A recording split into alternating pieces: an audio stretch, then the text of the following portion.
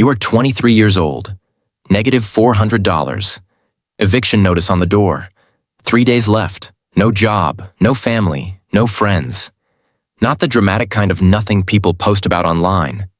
The real kind. The kind that has a smell. Old takeout and something you stopped trying to identify 2 weeks ago. Your phone is at 42%. The charger broke. You can't afford a new one. You haven't spoken to another human being in 11 days. You open your mailbox out of habit. One envelope. Heavy. No return address, no postage. Just your name, printed cleanly in the center. Inside, a single card. White, thick. Purpose and prosperity await. Give yourself completely. Send a message if you are ready. You stand in the hallway for a long time. You think about how insane this is. You think about how you have nothing to lose. After you send the message, you go to sleep on a mattress on the floor. You wake up to an email from Goldman Sachs. Level 1. The recruit. Junior analyst. Start tomorrow. No interview. No application. Just an address in Lower Manhattan and a start date. You show up in a suit slightly too big in the shoulders. You sit in a glass-walled conference room and understand nothing. The language is different here. The silences mean things. The glances across tables mean things you haven't learned yet. Your phone buzzes. Room 3B, 2 o'clock. Say this exactly. You go. You say it. Your manager nods slowly like you've confirmed something he already suspected. You go home to a new apartment. Small, clean, paid for by a wire transfer you didn't request. And you stare at the ceiling for a long time. You don't ask questions. Nobody told you that rule. You just understood it immediately. 6 months pass. Promotion. $140,000 a year. You buy a coat. You call your mother. She cries. You don't tell her why things got better. You don't fully know yourself. Your phone buzzes at 11:47 at night. Remember who built you. You put it face down. You go to sleep. Level 2. The Apprentice. 1 year in. $300,000. A car. A watch. A view of the Hudson from your apartment window. You've learned how to enter a room. Which conversations to have and which ones to walk away from. You've learned that information is currency and silence is power. You didn't learn these things from a mentor or a book. You learned them from a phone number with no name attached. A charity gala at the Plaza Hotel. Black tie. Your name is on the list. You don't know how?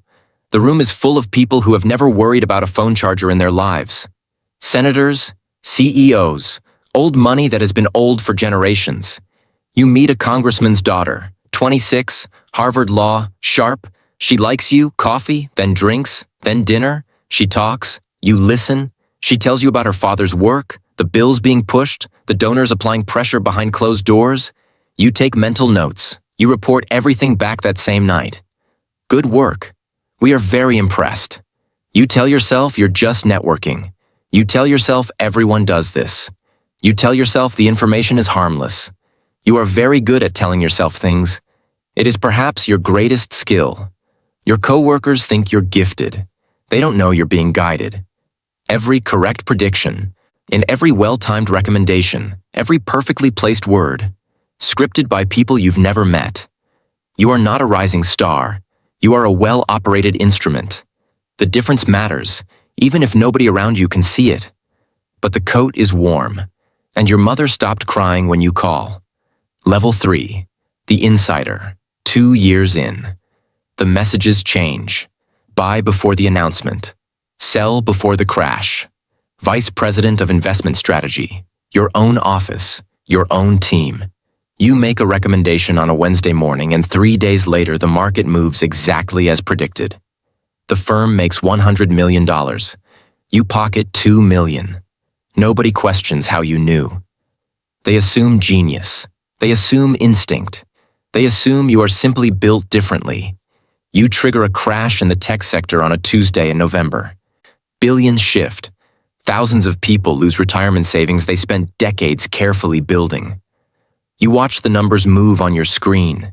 You go to lunch. You order the salmon. You sleep fine that night. This is the part nobody warns you about. Not the money, not the power, the sleeping fine. You expected guilt. You expected weight pressing down on your chest at 2 in the morning. Instead, there is nothing. And the nothing is worse than guilt would have been, because guilt means you're still there. The nothing means something has already quietly left, and it is not coming back. You buy a penthouse in Malibu. You get invited to Davos. You are an asset, a very important one. Level 4, the ghost, 3 years in. Finance is over. Senator Richard Ashford, Ohio, 12-year incumbent. Yet $15 million wired to an untraceable account. Your job, make him win. You move to Columbus. You rebuild the campaign from scratch. You buy television time in every market. You dig up an affair from 20 years ago on the opposing candidate. A buried drunk driving arrest. You release everything in a single coordinated leak on a Thursday morning. By Friday, the opponent is finished. By Saturday, he has withdrawn. Election night. Ashford wins by a landslide. Well done. 2 weeks later, another name. Then another. Then 3 more. 6 campaigns across 4 states simultaneously. Your name appears in no public filings anywhere. You are installing senators, governors, congressmen. They all owe their careers to you, which means they all owe their careers to something much older and much larger than you. At your girlfriend, the one from Chicago, the one who makes you laugh, the one who once asked what you actually do for work. She stops asking, not because she stopped caring, because she learned that asking leads nowhere.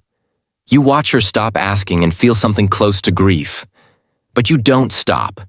Stopping is not an option you have been given. Level 5. The Puppet Master. 4 years in. You are writing legislation, not speeches, not talking points, actual law. A bill passes in Texas privatizing part of the state's energy grid. The companies winning the contracts are owned by people you've had dinner with. A bill passes in Pennsylvania changing labor regulations. Costs drop. Your network profits by hundreds of millions. You are completely invisible. But your fingerprints are on everything. First in-person meeting. A compound in Montana. 12 people in the room. You recognize 3. A former Secretary of State, a billionaire tech founder, a media mogul whose name appears on buildings in 6 countries. They don't introduce themselves. They don't need to. They tell you you're ready for international operations. You fly home alone. You sit in your car in the parking garage for 22 minutes without moving. You are not afraid. You are something else entirely. Something that doesn't have a clean name yet. Level 6, the shadow. You are given a country. You don't fly there. You make phone calls. You move money. 10 million to opposition groups. 5 million to military generals willing to defect. 2 million to journalists to spread the right narrative. You disrupt supply chains. You manufacture instability quietly and methodically. 6 months later, there is a coup. A new leader takes power. One who has been on your payroll for 3 years. $30 billion in wealth transferred overnight. The girlfriend left on a Sunday in March. 1 bag. No scene. She said she didn't know who you were anymore.